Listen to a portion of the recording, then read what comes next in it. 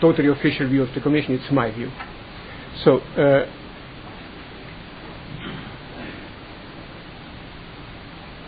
I will give you a short background, the objectives of the initiative, the action plan, impact and progress, and the outlook. So, the initiative was launched by President Romano Prodi in December 98. Then it was proposed, as any political initiative has to be, to the European Council in Helsinki and adopted. Then there was a special session during the Portuguese presidency in 24 March in Lisbon. In June 2000, there was the eEurope action plan was adopted at the FERA EU Council. In 13 March 2001, the communication on the impact and priorities of Europe 2002, because this initiative ends in 2002, was proposed and accepted. And there was a discussion and adoption by the European Summit in Stockholm, because presently we are under the Swedish presidency. And this is important maybe here. In addition, there is a Europe Plus initiative for and by the candidate countries, and this will be presented during the summit in Göteborg on June 15-16. So what are the objectives? The objectives are to bring every citizen home and school, business and administration online. The second objective is getting Europe digitally literate and entrepreneurial. And the third objective is ensuring a socially inclusive Europe, not leaving out less favored regions and insisting on European cohesion. And the motto is EU shall become the most competitive and dynamic knowledge-based economy in the world. What are the key goals? Accelerate Europe's transition to the information society. I shall say here that we have, in addition to these political programs, the research programs in the information society technology, which is complementing these activities. The next point is ensure greater coherence among European member states. You will understand that better on the slides I will show later. And put the new economy, the digital economy, on top of the political agenda of the EU and its member states. Reap the benefits of the new economy in terms of jobs and growth, because we have still a too high disoccupation rate in Europe. So what are the key requirements for achieving these results? First of all, we need a powerful communication infrastructure and universal access. Second, digital literacy for all. Advanced IT skills are more and more important. And the new state of mind. If you look in the States, you have much more startups than in Europe. So, where do we stand today? Here you can see this is the real gross domestic product in the USA and in Europe. So we are coming close. But if you compare the unemployment rate, we are still very high. It's decreasing in Europe, but still very high. This is also a mean of the member states. So, now, where we stand on the Internet in Europe. You see there has been quite a considerable progress lately. Now, you see this in the different states, and some states, this is the... No. Sorry. No. I want to make you. I'm sorry.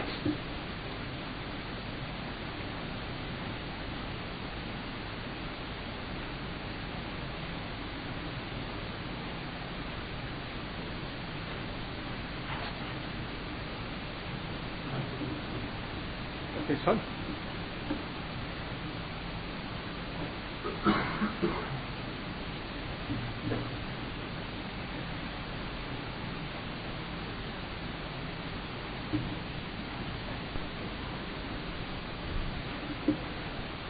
Is it coming out?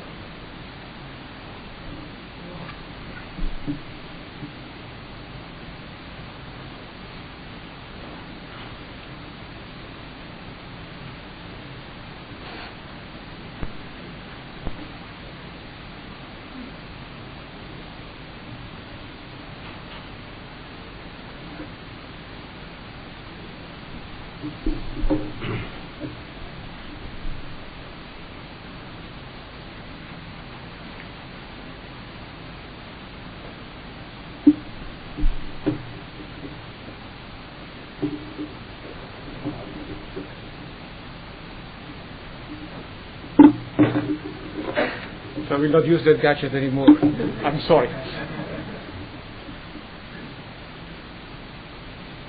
So you can see at the far end you see the US situation, and we see we have even several states in Europe where we are. Okay.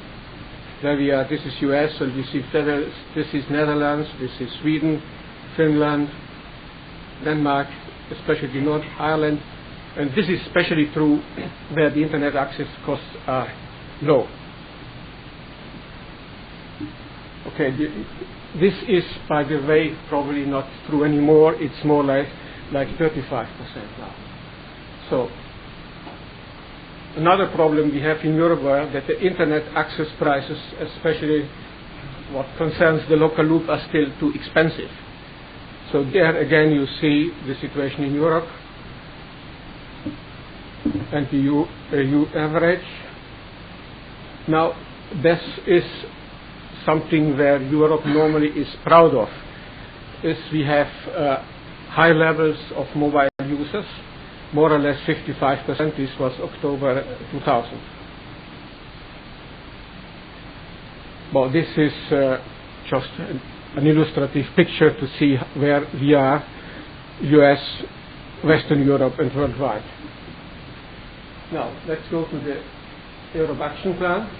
The ideas behind are to common strategy. This is very important because up to now every country has its own strategy. Here we have for the first time the tendency to have a common European strategy for improving information technology results. This means one should accelerate and complement existing actions in the member states and in the Union. Common targets based on integrated action at EU and at national level. Concrete measures with clear deadlines. And benchmarking of national programs. You will see that later. I will present results of the benchmarking that has been done and will illustrate that progress has been made. So this is now the action plan. The first objective was a cheaper, faster, and safer internet. Normally in the documents you will see secure internet, but I don't like the name secure, but the secure internet doesn't exist. So what is the action to be taken? The first one is concerns the unbundling of the local loop so that we get competition and lower prices. The second one is we have to create a new framework for the electronic communications. And this has been done and even presented. It was not a total success because in some member states there is still a resistance to unbundle totally the local loop. And this is also an important subject, that is internet security and privacy. This will be touched later on. So the second main objective is investing in people and skills. And here is improve the digital literacy in schools, improve connections to internet, and assure that they have more personal computers. And important, train the teachers. And this is what others call the digital divide, what exists in Europe, and improve it to lifelong learning. This is participation for all in the information society, for the poorer, for the disabled, and for socially inclusive, in a socially inclusive way. Now the third plan, the third objective of the plan is to stimulate the use of the internet.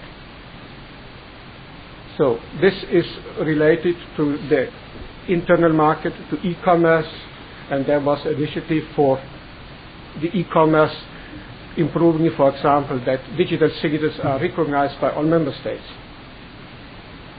Healthcare online, this is a very important subject. Intelligent transport, where Europe is quite advanced. Government online, this is a new initiative. There was a presentation in the Strasbourg at the end of the Strasbourg Parliament at the end of last year to launch a common activity so that citizens have access to public services. And this is another very important initiative, promote European content, so we have more European content on the internet, and the initiative is called e-content. Now, what was up to now the impact? And the impact will be measured on the objectives: cheaper, faster and safer internet, and investing people and skills, and in the other slides you will see the other objectives. So there was a benchmarking exercise done, and to see if we had an improvement in more internet connections, in high-speed access, internet access costs and network security, and also for the benchmarking in schools in concerning the objective investing in people and skills. This will be shown in the following slides. So you see there is when you remember the first slide, you see the improvement from March to October.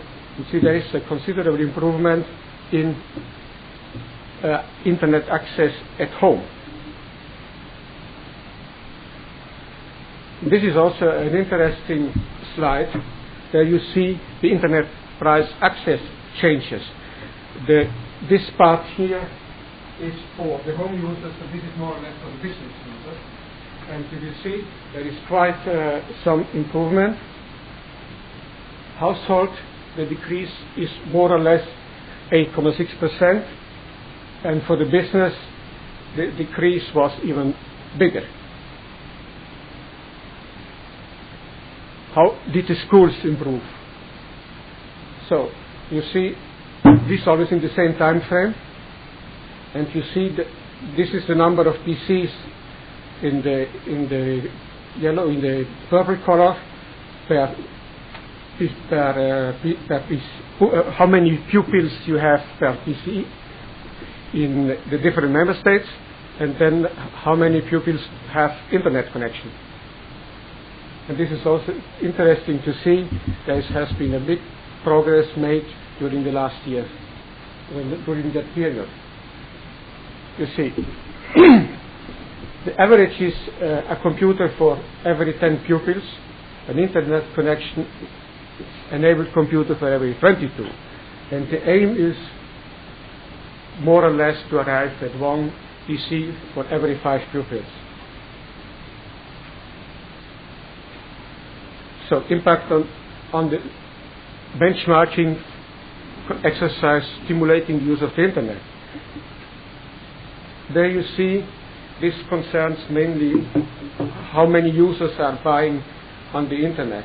There you see there are still numbers that are probably much lower than in the States, but progress has been made. This is also very variable through the member states. And as I mentioned before, there is this online government service activity launched in Strasbourg in November 2000. So which priorities areas have been addressed? Now we speak about the eEurope 2002 initiative, and this was presented during the Stockholm meeting. As I said before, eEurope is a short-term activity compared to what we do in the framework programs. The framework programs spent over 4 to 5 years. This is a short-term activity. One of the important things is the adoption of a new regulatory framework covering all the unbundling of the local loops, and even what concerns the spectrum. Then this is certainly of big interest here. This is the high-speed infrastructures. As you know, herein falls partly also GEONT, and in the Europe Action Plan there is also a chapter saying that we should push GEONT much wider. We should push for a worldwide grid activity, and this falls also under this heading. Then is another point, what is still missing is to improve the broadband access, or let me say even the access in the rural areas, by using other technologies like television sets, because 97% of Europeans have a television set. Then this needs the deployment of the fixed and wireless infrastructure. And this, what I mentioned slightly before, is a harmonized use of the frequencies. This I mentioned before already. And now this is also an activity that is sometimes, you have to see that with care, because it's not that you can read sometimes the European Commission is certainly favored in testbeds and in experiments for the use of IPv6, but the European Commission is sponsoring the industry forum, but it's not heading or it's not driving the industry forum. We want that the industry drives the deployment of IPv6, because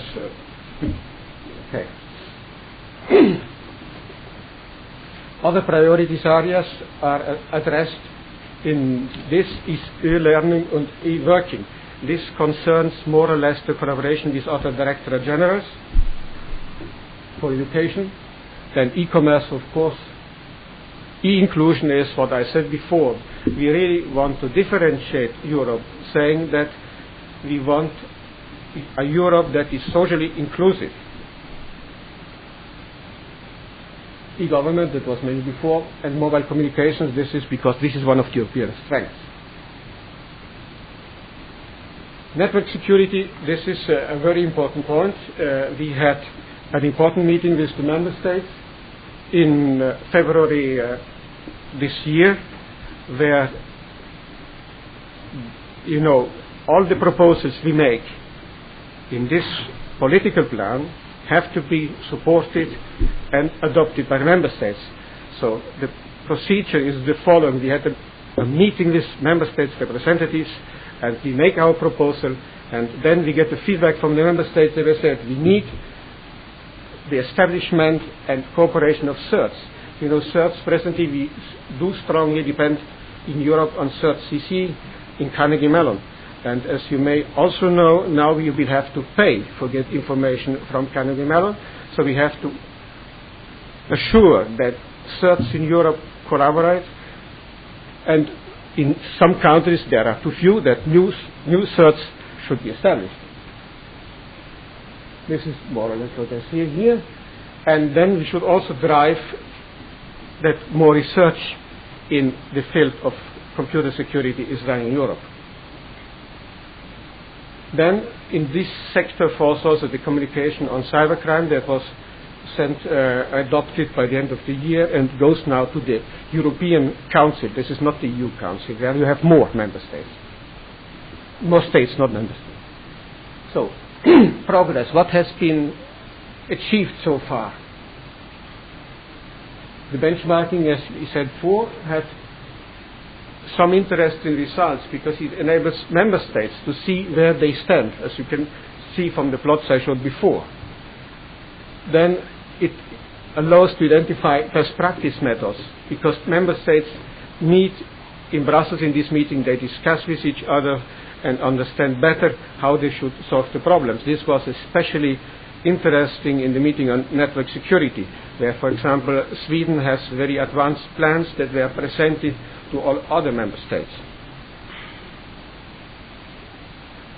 Then this provided insight in the factors of importance for widespread diffusion and use of digital technologies. And this, of course, the aim is to remedy and to act as quick as possible. And one of the positive effects is also that this European concerted action had impact and consequences so that faster legislation came through. This is concerned, for example, something about encryption. Then it had, of course, a policy impact. And this means that similar initiatives as Europe were launched in other member states.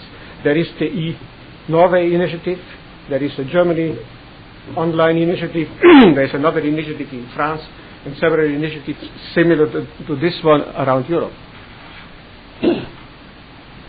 Now there are some other specific initiatives concerning smart cards. There is the so-called Smart Card Charter, and this is a very important technology in Europe.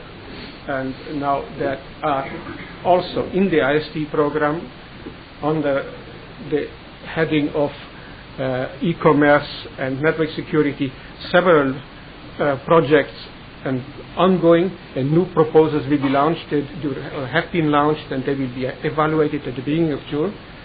E-content is also an important subject that is handled by the DG in Luxembourg. And e-learning, the research networks, the impact I mentioned already before.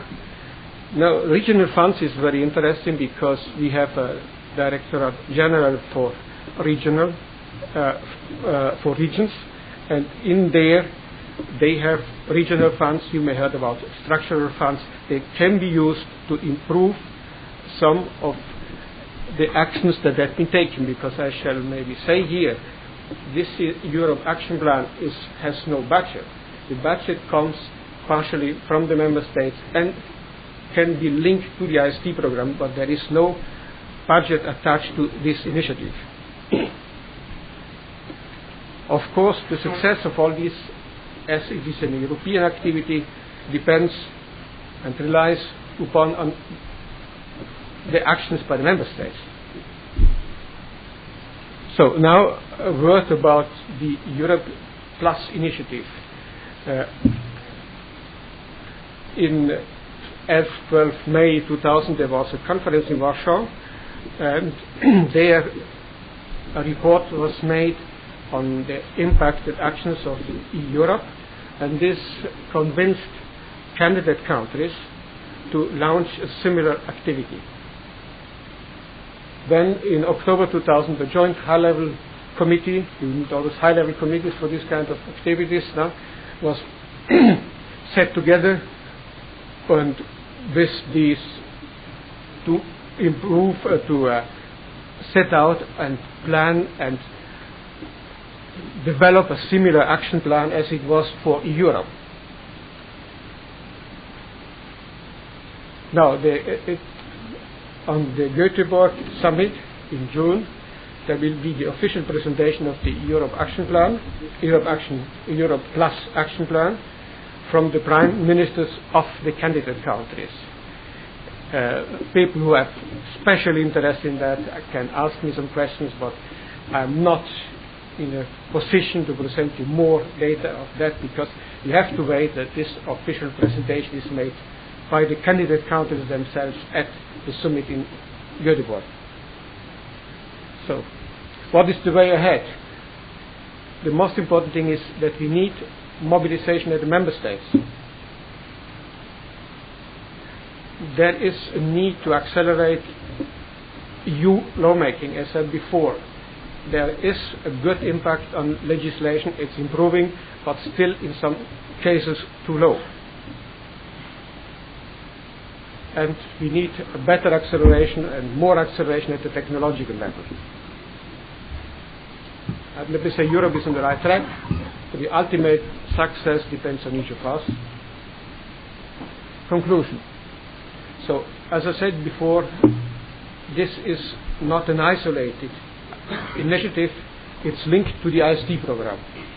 The IST program is the Information Society Technology Program, is one of the specific programs of the 5th framework program. We will hear later on about the 6th. So, they have both common goals, they complement and reinforce each other. And Europe can build on the research that has been done in the IST program.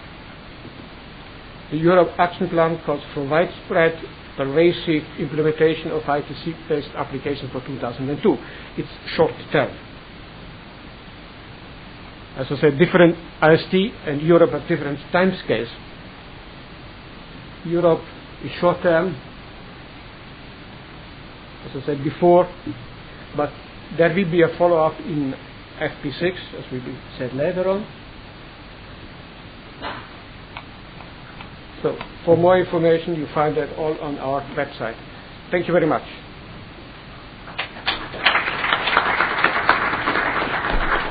So, questions, please.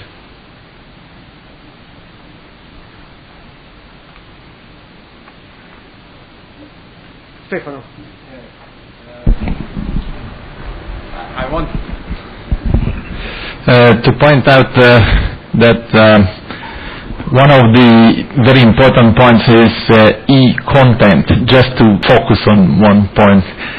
And in this area, I think that maybe the research sector and academic may play a relevant role. Maybe not the traditional technocrats, but people involved in building know-how and controlling the quality and things like that. I would like to know something more about this initiative. The e-content initiative is, let me say like that, it's already present in the ICT program. There is multimedia and content is one of the directorates responsible for that, is the Directorate in Luxembourg. And they have already a lot of projects running. For example, there's projects on the semantic web, projects on getting more European content, trying to attract more, let me say, people from the humanities, because that's the major problem. But the big problem is there that they rarely have the skills.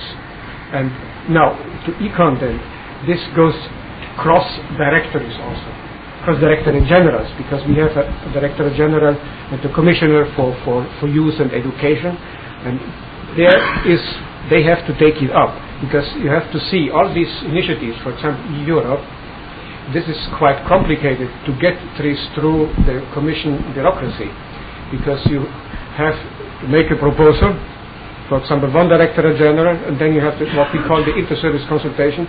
That goes through all 20 directorate generals, and they have all to make their comments and so on. So that's the reason these processes, even if you see them here nicely written, normally are very slow. And I think Europe was quite fast in that. But I can send you more information if you want to on that.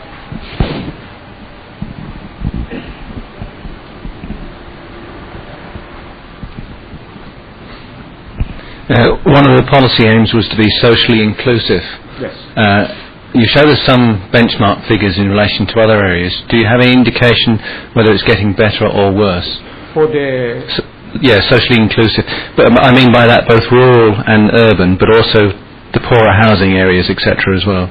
No, I don't. I can try to find but in what I looked up and the documents I have, I agree with you, it's just nicely said, but I don't have any figures there.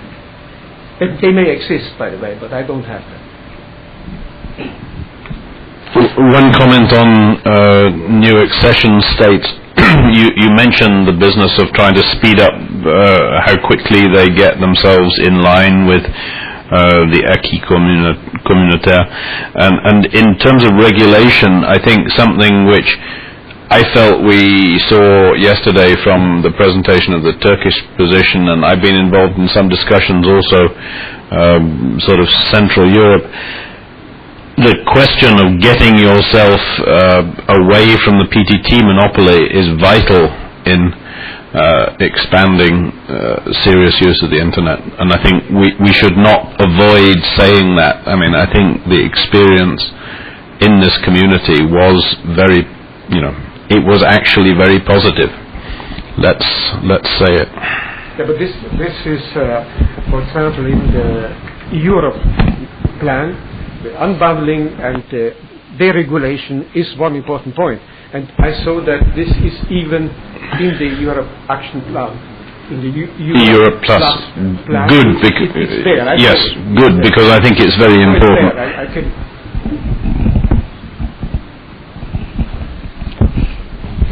I am a representative of one of the accession countries, so I'm very much interested in what you already said about the Europe Plus. Of course, we have to wait for results, as you told already. But my impression is that from the program that you have just shown us, it comes out that each community within Europe, like academic community, could also take a positive role in just trying to do something, especially like the goal of knowledge collection, benchmarking. I think that some organizations, in my opinion, we have this organization like Tirler, could help a lot in trying to make the opportunities for these countries equal in terms of sharing knowledge about how to get in touch, and also in terms of spreading all over information how far we are from some ideas that are being already accepted by Europe itself. What's your opinion about the roles of organizations, associations, to take part in this initiative? I think the Commission normally very much in favor of this kind, because you will see that later in the presentation on FP6.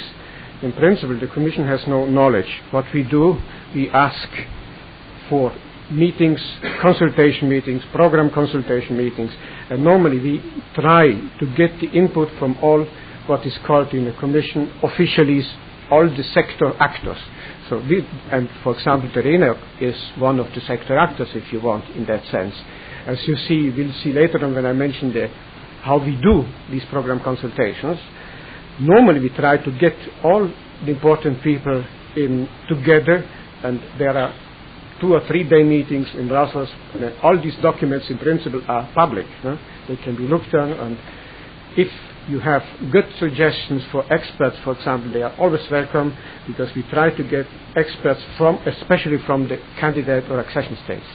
So now I am fully in favor of that. More questions? Thank you. Then we go to the next subject. This will be presented by Jean-Louis Blanc. This is the European research area. This is a very important concept that will be the basis of the next framework program. So I will let Jean-Louis explain.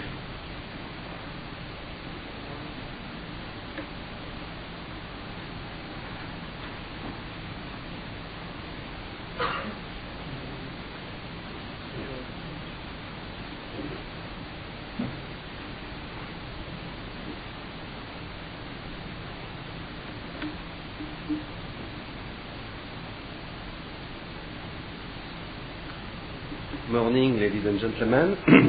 My name is Jean-Louis Blanc, as it has just been said by Roman, and I am working for policy for research in the research directorate of the European Commission. And this morning I will talk about the challenge of European research. And as it has just been said, at the Lisbon Council, the head of states and the Prime Minister have accepted the idea to make a strong effort in Europe to improve the century of knowledge and the knowledge in all European Union. And based on the fact that the technology is at the root of between 25 to 50% of economic growth, and based on the fact of the reality of the US, it has been decided to try to speed up the introduction of the knowledge in Europe. However, when we consider that in the past, European research was rather high, as we will see, but concentrating on funding research projects. And in fact, we are funding projects, as we call them research projects, with 6% to 10 organizations, between 6 to 10 more or less, for a 3-year period, and for an amount of an average of 500,000 AQ for that period. And we think we need to do more than only funding this research project, and I will come back later on that. And research policy needs to form a coherent whole. And in fact, today we have different policy from different member states, and in addition to that, a policy from the European Union. And the last, but which is not the less important, is that Europe invests less and less in research, and in the meantime, Japan and US invest more and more. We have considered, and we had a new commissioner, and he has tried to develop the idea that we need to have a European research area. And today we have 15 member states and European Union. We have 16 actors, and in addition to that, we have a number of countries who are linked to the program, in particular in associated countries.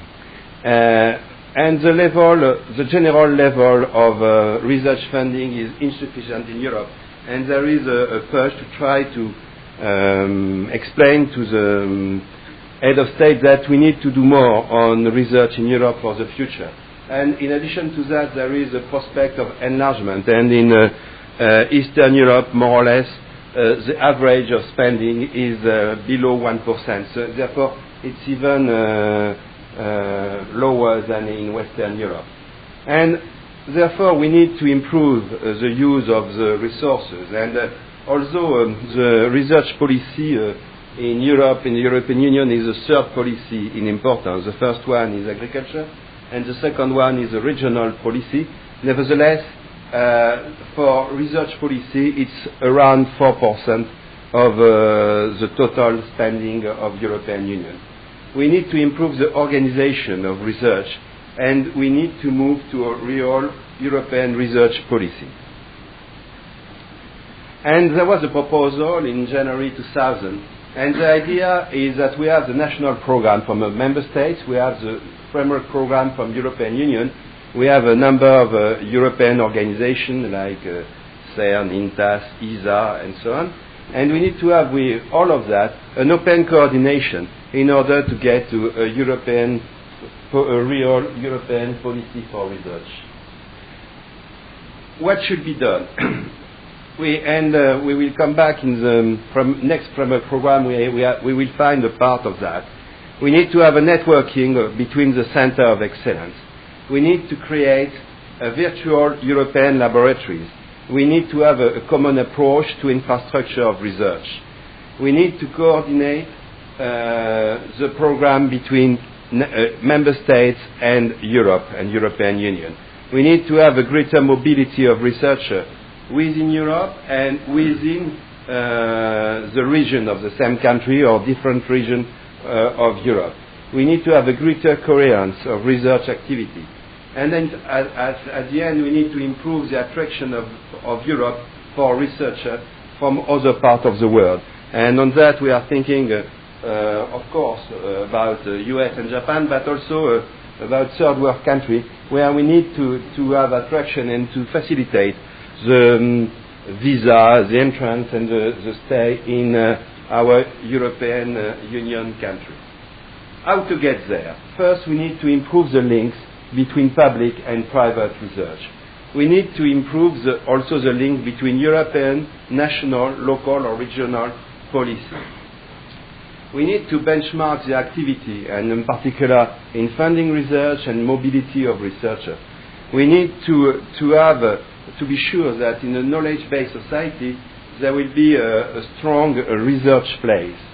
And we need to define different timing for different action, and we have begin on that, and we need to have a broad debate, and to have this broad debate at the political level. And it was the reason to have a broad debate in the Lisbon Council of Head of States, and after in Stockholm.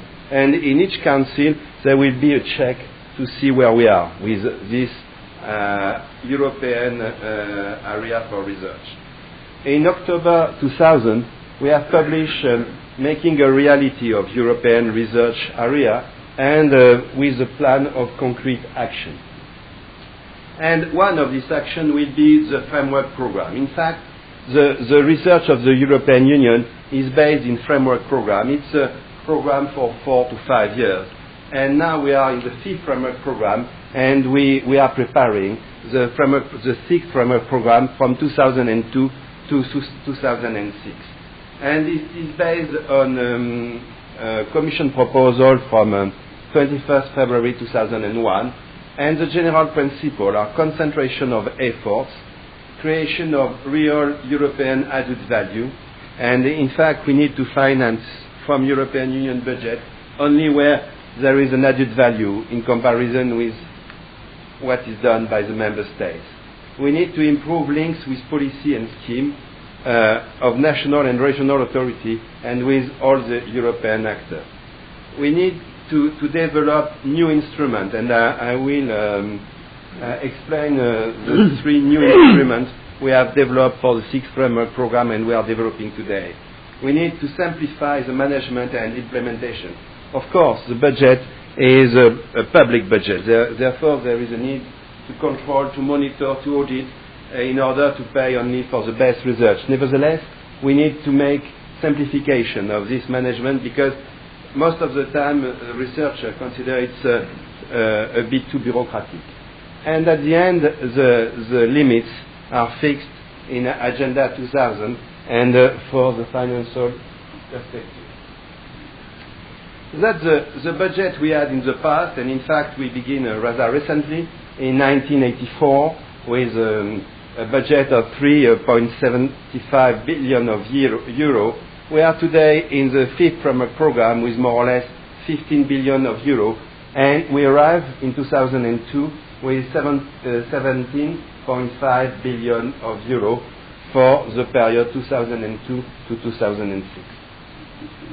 It means that there is a nominal increase from FP5 of 17%, but the real increase is more or less 9% in comparison with the FP5. Therefore, the European Union budget is increasing quicker than the budgets of the member states. And today we have more or less 4% of the total EU budget. As I have said, it's the third budget. The first one is agriculture, more or less 50%, and the third, after we have regional fund, and the third one is research. And it means that the European Union total budget is more or less 6% of the civilian public research spending in the European Union. What are the 6 questions for European research? We need to find a right balance between concentration and a limited number of priorities. And of course we are not doing that alone. We are doing that with a group of experts to try to find that right balance. We need to find a balance between the present priorities and the future need of Europe. And for this, there will be a new action in the sixth framework program for the future need. We need to find a balance between basic research and applied research. We need to find a balance between industrial competitiveness and the other EU policy, between established center and the new team. And of course, we need to have a new team arriving, and in particular, it's what we have done, for example, in the Copernicus program in the past for Eastern Europe and the new independent states from former Soviet Union. We have tried to impose new team, and for example, there was something for new independent states to have new researcher, not only the established center and the established researcher. And we need to find the balance between efficient management and the European dimension of research.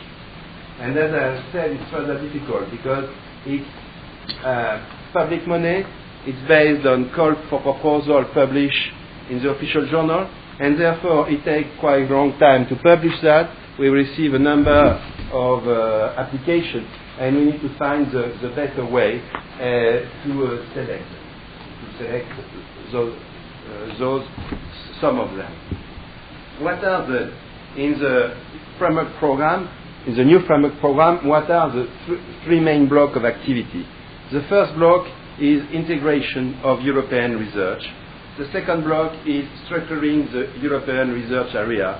And the third one is strengthening the foundation of the European research area.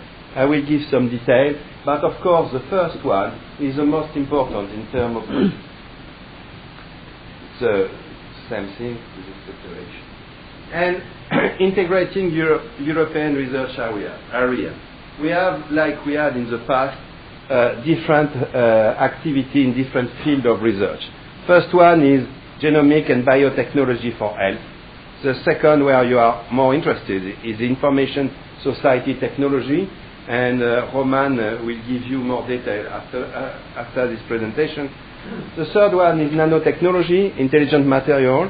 After we have aeronautic and space, food safety and health risk, and there is a strong political pressure on that one.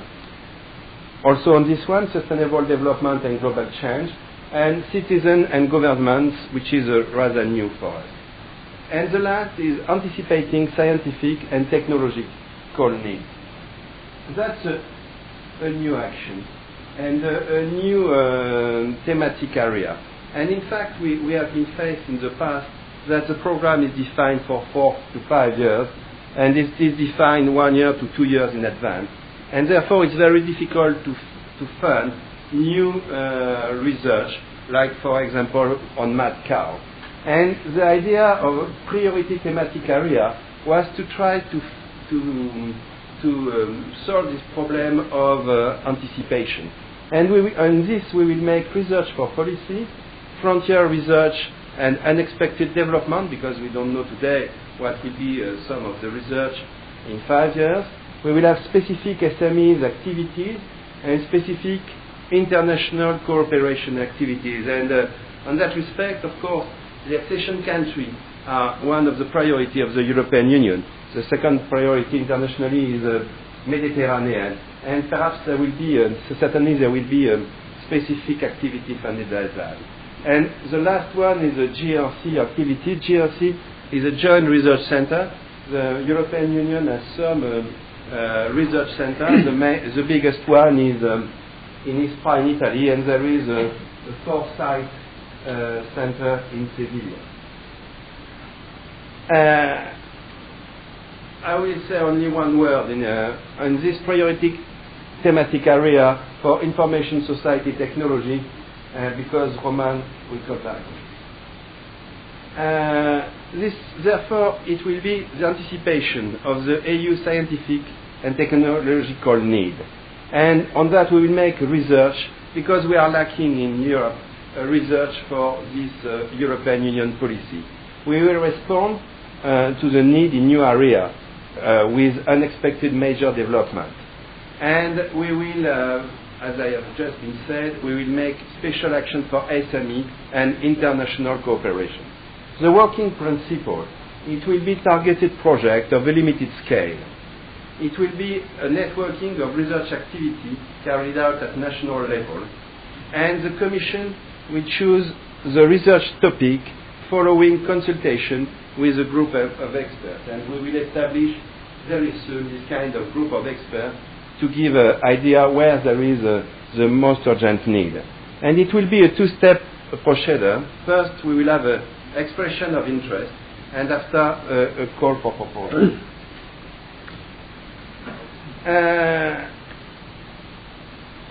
Now we arrive in the structuring European research area, which is the second point. And on that we will encourage transnational cooperation. And for research we will receive funds in the new framework program from regional funds to encourage transnational cooperation on research. We will have experimentation of new tools and approaches, and we will analyze and evaluate innovation activities. The actions are planned for example, in human resource and mobility. We will have support for institutions hosting European and third country researchers. We will have individual support measures for researchers searching mobility, and we will have, in fact, as we will see, a big amount of money for all this mobility of researchers. And we will support research at the cutting edge of research. And we will try to encourage scientific prize in order to make mobility grants known and to have better information on that.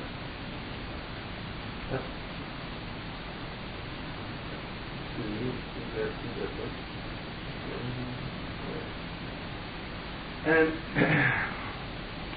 structuring the European research area, we are planning to try to help bringing research closer to the society and to stepping up science-society dialogue. And we will have this action for networking, exchange of experience and good practice, carrying out specific research and raising awareness, such as price and competition. On the regional dimension, in the sixth framework program, there will be a new action with money coming from regional funds, and we are trying to encourage transnational cooperation. We have already trans-regional cooperation between different regions in Europe, but we will try to encourage to have also network of excellence and to help for human resources mobility in order that researchers could come back to their region. For SMEs, it will be 15% of the total budget, and a special consideration will be given to economic and social particularities of regions.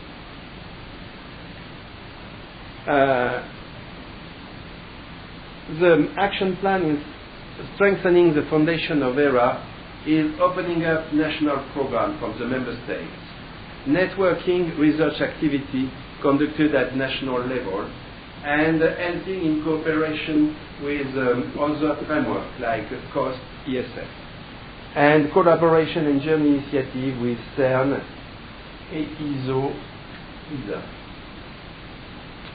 We will have analysis and study, foresight, statistic and indicator developed, and support for specialized working group for consultation and debate. And we are planning to have a mapping of scientific and technological excellence. What will be the spread of the money between these 17.5 billion of euro? Integrating European research will have the major part, 13 billion of euro, structuring the ERA 3 billion, and structuring the foundation at billion. In that, as you will see, the information society will have the biggest part of the total money, followed by the anticipation of scientific and technological needs. For the mobility, we will have 1.8 billion of euro, and it's a big increase with what we had in the past, and we are planning that to increase really the mobility of researchers in Europe.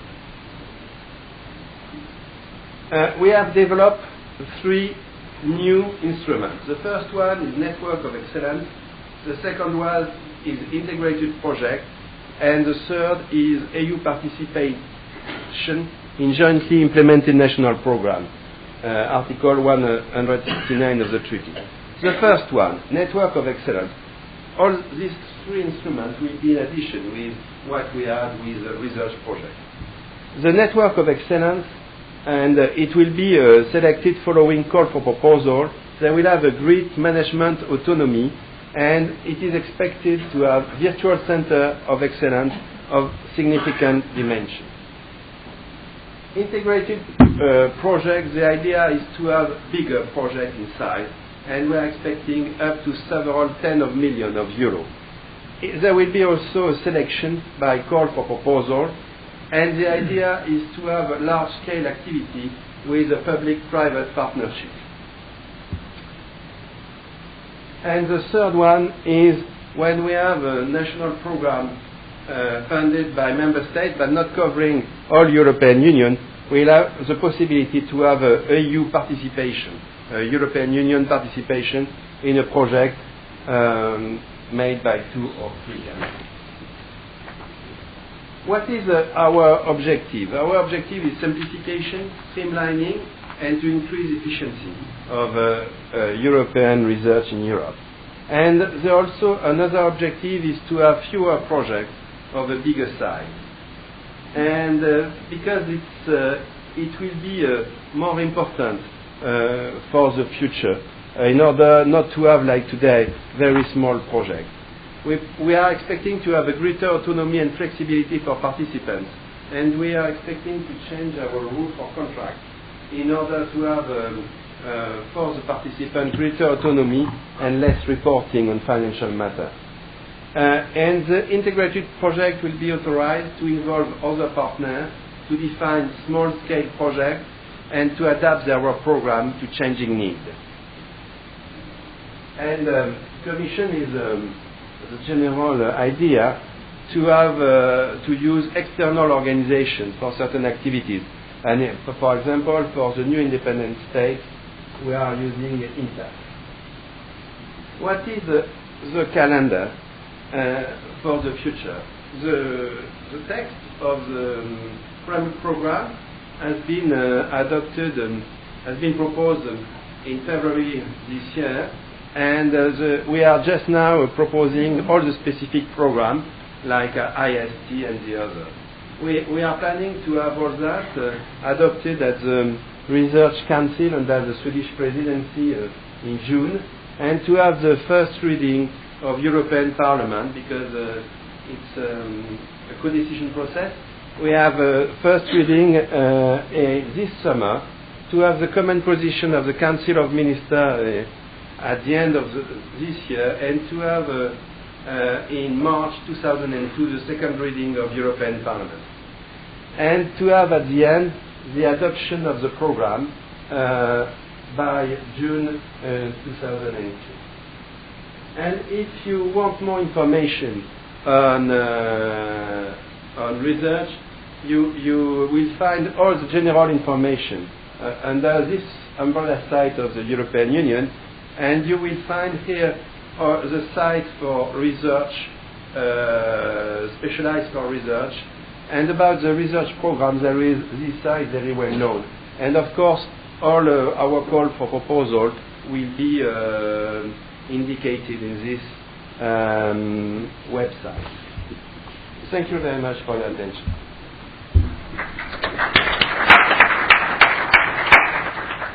Thank you, Jean-Louis. Questions?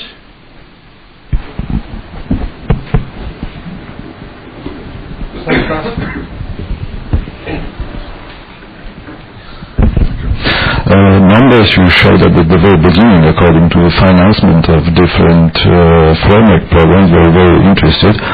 Unless I'm very unhappy that even in European Union we spend less and less money for research. I expected that this is only in my country. Unfortunately, it's not the case. But the question is, looking at these numbers, one can see easily that there was a time, I guess something between the fourth and fifth framework program, that there were more than 100% increase of the financement.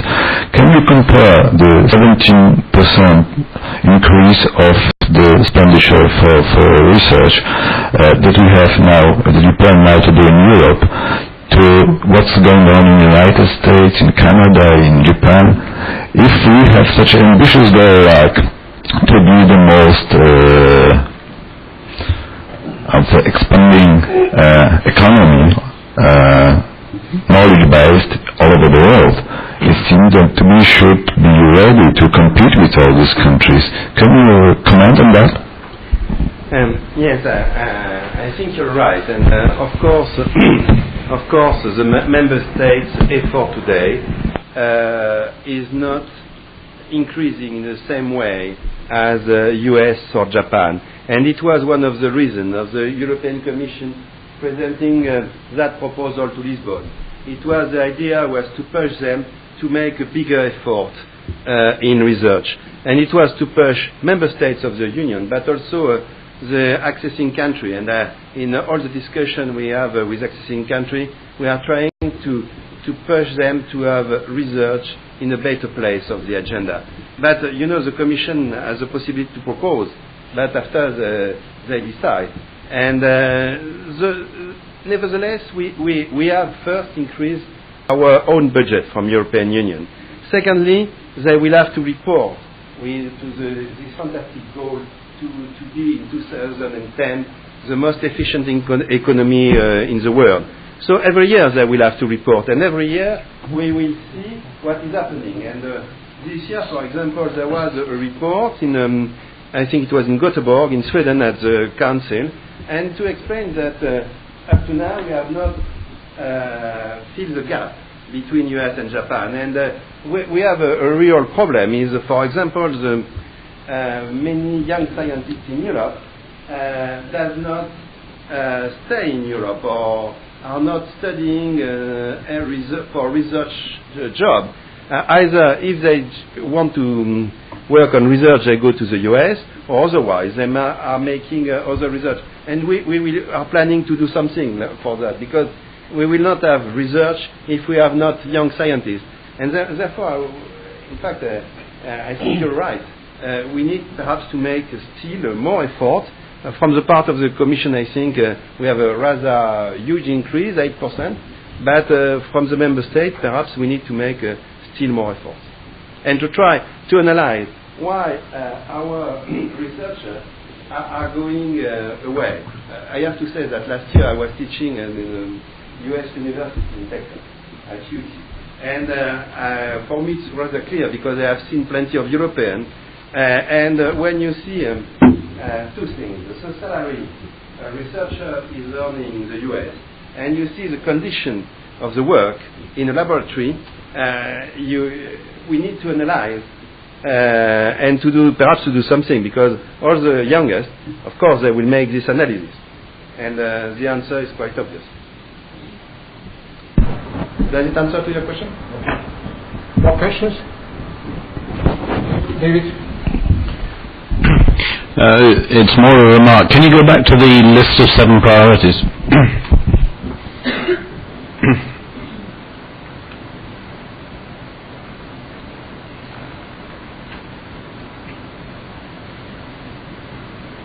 You stop me where we are. There, yeah. I just happened to notice this. I mean, it just illustrates the danger of setting priorities too precisely, in my mind. If you come up with a proposal for technology that would improve healthcare, and it happens not to be biotechnology, it's not in a priority area. No, because here we have only priority thematic area. And after we will have a specific program for each of them. And we will have a specific program for information society technology. And I think where you refer is using... No, not at all. Not at all. I'm talking about technology which is not biotechnology that could improve healthcare. Yes, but... nothing to do with IST. They will be included here. You know, we have only one line. I hope so. Therefore, it's very short. But the specific program will not be as short as one line. There will be 10 pages. And I think they will cover a number of subjects. But on the other hand, we cannot cover all the spectrum of research. And we need to focus where our money, which is rather big, 17.5 billion euro, it's rather big, but it's also rather small. And we need to focus on where we have more added value. And we are trying to do that. We're also with the Member States and the group of experts. Okay. Thank you, Jean-Louis. So now I will have to do the next presentation.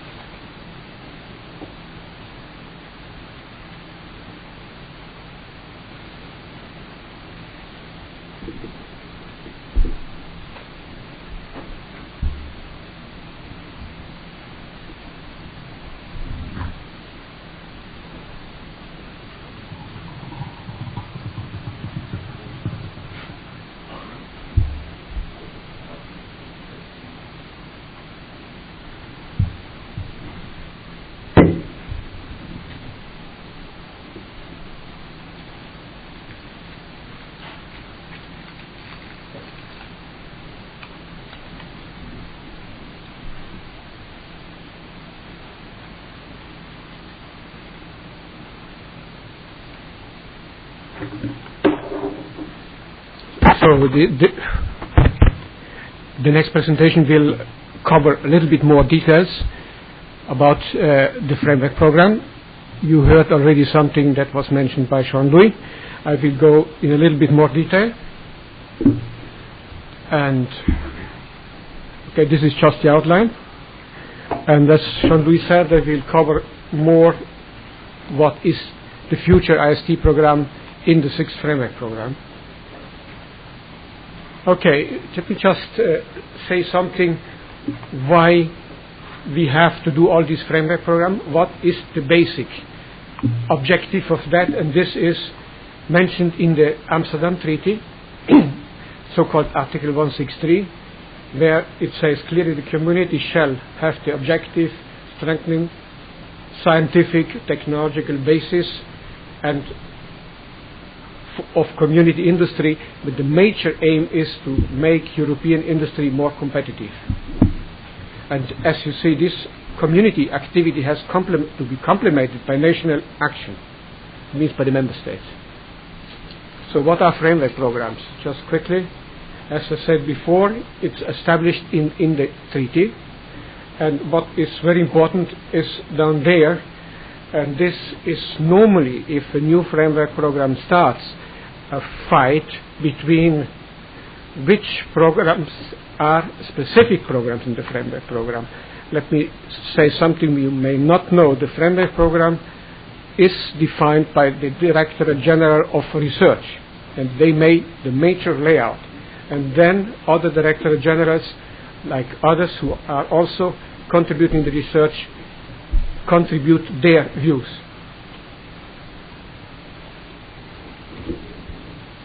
So this is another procedure that the Commission shall submit the proposal for the European Parliament and Council. That's a very long procedure. No? So we make a proposal, then it goes through all the steps that very good to see also in the slides of Jean-Louis. So this was already mentioned in FP6. This is quite new because the ERA concept is a very important concept. For the first time, let me say, we try to make make research more European. And this was mentioned before. I will go on that very quickly because we should have made better coordination between our slides, but it doesn't matter. This is an important point I already mentioned before. In all these activities, the Commission is not alone. We consult with all the sector actors, and this is ongoing, started even during the year 2000 and goes still on. So this is not important. Let me just go here. So now this comes up every year because in the framework programs, in the specific programs like IST, there is the general program and there is an annual update of the work program. So and this greater focus comes up every year. We were told you have to be more focused, you have to select priority areas, and this is very nicely said, but much more difficult to be done. Now, in FP5, there was the general theme was problem solving, and now we should go away from the problem solving to reinforcing scientific and technical excellence, and that means, in addition, and this is a consequence of the ERA, to go from cooperation to better coordination of the programs, because this is one of the fundamental aims of ERA, so that European research is more coordinated. So now I go just to the themes that was mentioned before. Integrated research, you see again the 7 priority areas. I will concentrate on just 4. This, in the slang of the Commission, is called the black box. This is very open. In this area, there you see is an important amount of money, and some of the money is related to what we also call future and emerging technologies. And as I'm from the IST program and from the Directorate General of Information Societies, for us this is an important point because part of the research that was previously done on future and emerging technologies in the IST program may migrate over there. So, but it's not yet clear. That's the reason in this area it's not very well defined yet what will be in there. So, as you see, there is also mentioned eEurope in there. So let me just go quickly. This covers also all the non-nuclear activities, for example, for the joint research centers, and specific research activities, as was mentioned before, for the SMEs. And this is an important point. Here you have also the specific international cooperation activities. Structuring ERA, this was mentioned before. I will just quickly let you see because this was already done. Okay, just the word as Jean-Louis mentioned, we have now in Commission slang, these are called instruments, how to implement the program, what finally means how we will make the contract. All these different instruments may have a different contract, what means different funding modalities. So there is the famous network of excellence to strengthen European excellence, and this should be much more reinforced to create finally virtual communities.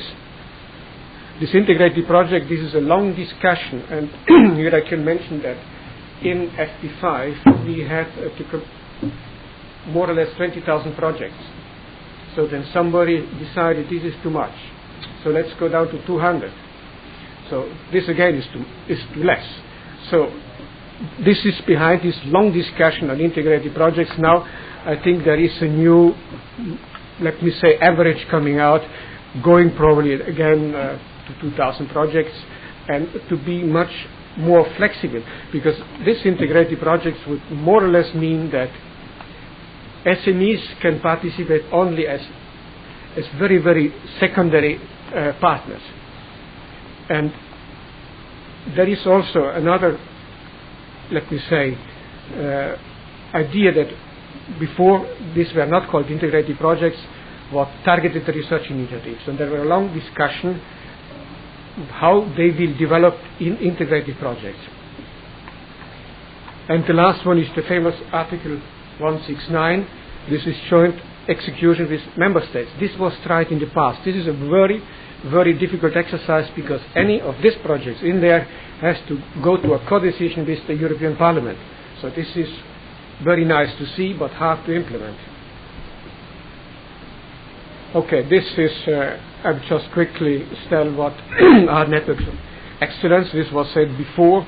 I think one of the important points is they should have a large autonomy, possibility to launch calls for proposals by themselves, what was not the case up to now. Several million euros per year.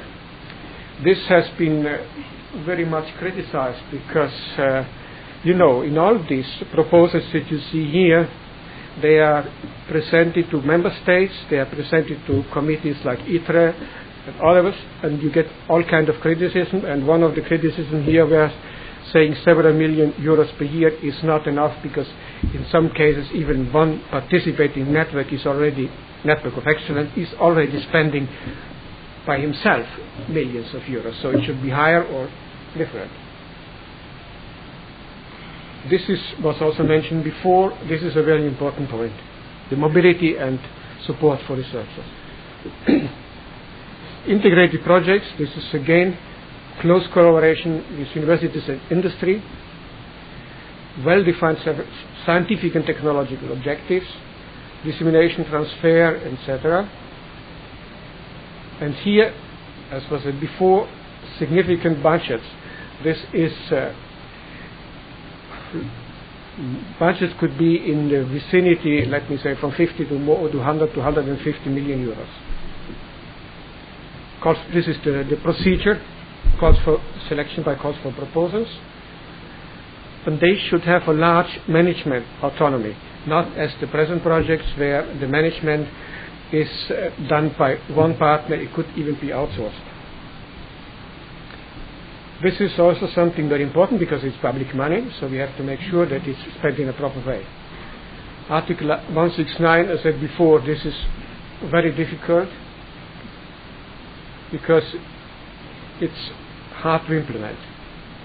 Now let's go to IST in FP6. IST is the Information Society Technology Program. This was a specific program under FP5. And there is a lot of discussions ongoing. Then presently in FP6, IST is just a part of a specific program. So our Directorate General is trying to change this, because in principle the tendency is IST should be a separate specific program as before. But this is politics. So what is behind that? We have a vision in IST that's called ambient intelligence, and this vision comes from one of our advisory groups that's called the ISTAC, IST Advisory Group, And this is ambient intelligence. You should have intelligence in every aspect of mobility. The users should be in the foreground and technology in the background. Now, what are the objectives in IST?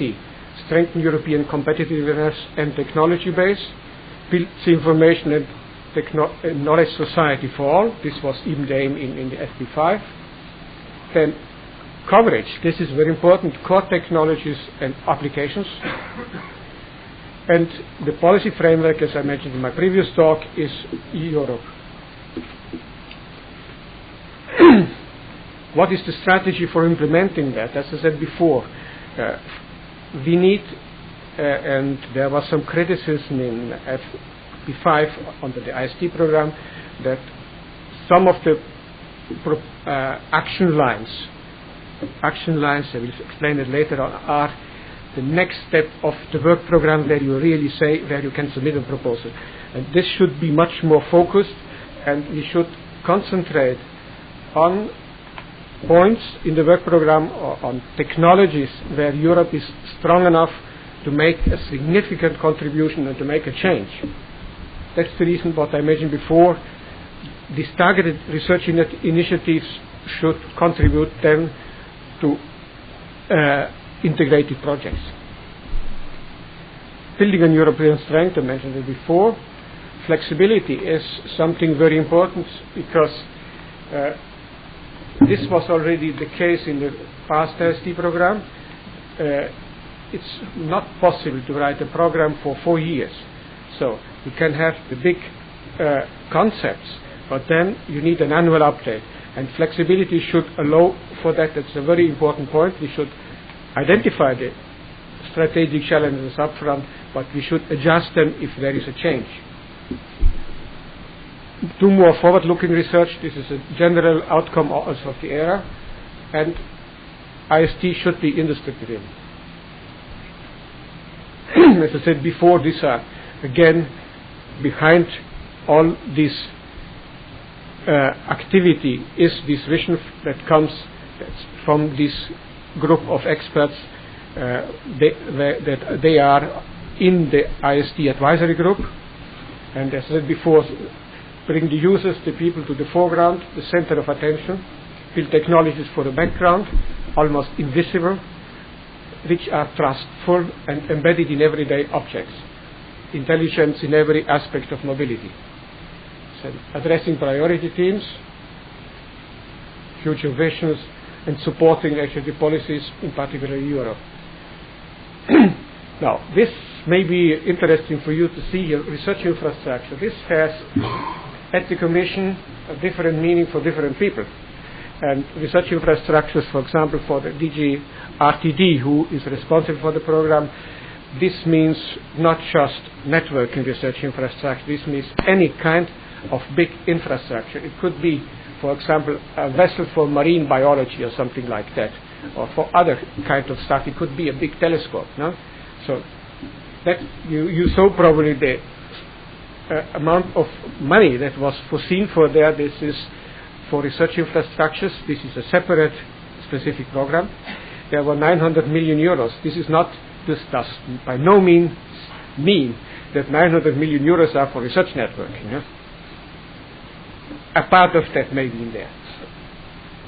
So now let's go to the more specific themes that will be handled in IST under FP6. One is called societal and economic challenges. What shall be done there? This, what you see here, are already the bullet points from the specific program. Health, mobility, security, and so on. E-business, security transactions, infrastructures, new working tools, learning, e-government. Now, now there is something that's maybe interesting for you here. This is maybe interesting that the grid technology, the large distributed systems, are under societal and economic challenges, but it's like that. And for this activity, we did already a so-called program consultation meeting with about 25 experts, And even these reports, if you are interested, they are available publicly. And this is quite interesting because there we got already excellent input. What should we do when we write the specific program and then finally the work program? The next item is computing and communications. This was already present also in the 5th framework program. So enable richer services and improve access to computing and communications infrastructures. So that means next generation of wireless, mobile, satellite communication, all optical networks integration and management, enabling technologies. And so this is really advanced technologies and next generation networks. In that field you have natural software technologies, new architectures, control of large and complex systems. Now this is also an important point. This is the components and microsystems, and in some cases Europe is quite strong. Pushing the limits of miniaturization and cost efficiency and improve functionality of the components. Design, production of microchips, optoelectronic and photonic components. Nanoelectronics. As you see, nanoelectronics is partially in the IST program and partially also in another specific program. Knowledge and interaction modes, enabling this was what was before under the IST program in FP5, the multimedia content directory that was in Luxembourg.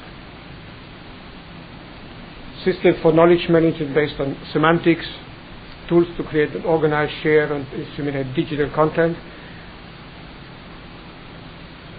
multisensorial interfaces to understand and interpret natural and human expressions, multilingual and multicultural systems. This is to answer the question of Stefano, maybe this is in there again, as you see. Other activities.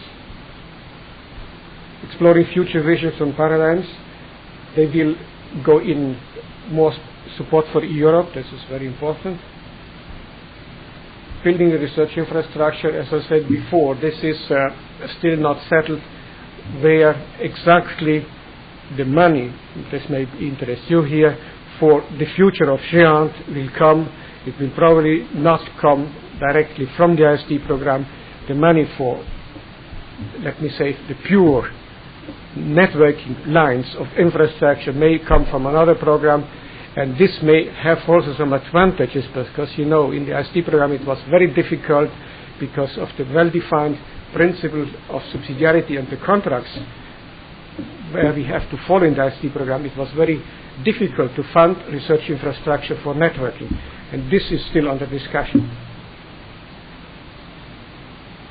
Enhancing the impact, this is mainly to improve collaboration with the SMEs, fighting the skills gap. Okay, this is similar items you can find in the eEurope action plan, extending global cooperation. Now, as I said before, in making even these bullet points that are more or less the headings of the specific program, where the text now is in consultation, as you heard, we consult with member states experts. And the major we make normally for this kind are terms of reference that we send to these experts, and they should find out what are the hard problems we have to solve, where are the roadblocks that could stop, or where are the showstoppers, then which scenarios we should use, what are the opportunities, and where does Europe stand. And they normally we convene these people for 2 days in Brussels, and they have to answer these kind of questions. They have also to discuss a little bit how the program could be implemented, because this is dependent on the activity. Now we had 15 of these consultation meetings up to now. There was one on research infrastructure, and I think some people were present. We had some on grids, we had some on trust and security, on next generation networks, etc. Conclusion. So, I said the present status is, and you saw it from there, I will show. Now we have the framework program as it was proposed by the Commission to the Parliament on the 21st of February. Now, we are in a way of writing the specific program. The specific program is now for the part of the ICT where we are concerned with, is now in, as I said before, in inter-service consultation that has to be sent to other Directorate Generals. When this comes back and will be accepted, then we will start to write the work program. That means translating these bullet points you saw here and the little bit text that's in there in action lines that could be used later on to submit proposals. Yeah, that's what I said before. And then for more information, you will see the text of the FP6 program that was also presented by Jean-Louis and by myself. There you find, this is about 80 pages, there you find the text of the 6th framework program. The text of the specific program is not yet publicly available because it has to go to all this inter-service consultation, has been accepted. But if you want more details, I can provide you with it. Thank you.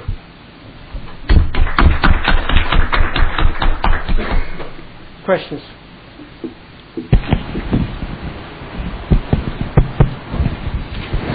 Questions? Just a small explanation. Describing instruments, you mentioned about jointly implemented national projects, but few pages later you said that these joint projects of member states. Does it mean these are member states of European Union, of member states of the framework program? It's different. It's going to be different also probably. No, I think this is, I have to check Article 169 exactly. Okay, thank you. I cannot answer that like that. Okay, thank you. But we can look up the article and see. I have it here.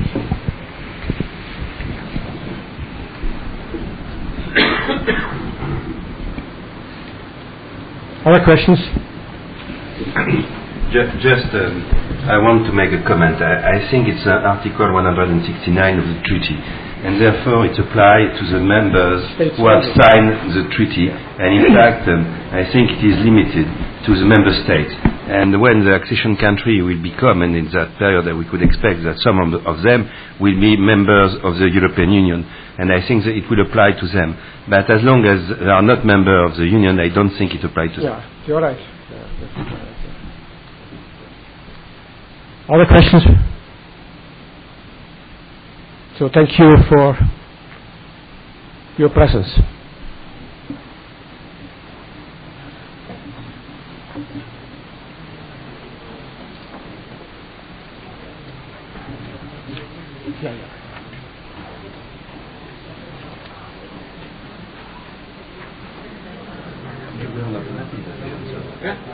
I think that's the answer. Non, c'est juste, c'est pas possible. Je pense que c'est tout. Moi, j'étais en train de dire c'est pas possible pour les autres, mais je me disais bon, peut-être je vais pas m'avancer. Je pense donc je me suis permis de répondre parce qu'il a la réponse. Et en plus, checker l'article 169 du traité. Je ne sais pas si vous avez le traité. Oui, je l'ai. Oui, parce que je l'ai pris, parce que je me disais c'est...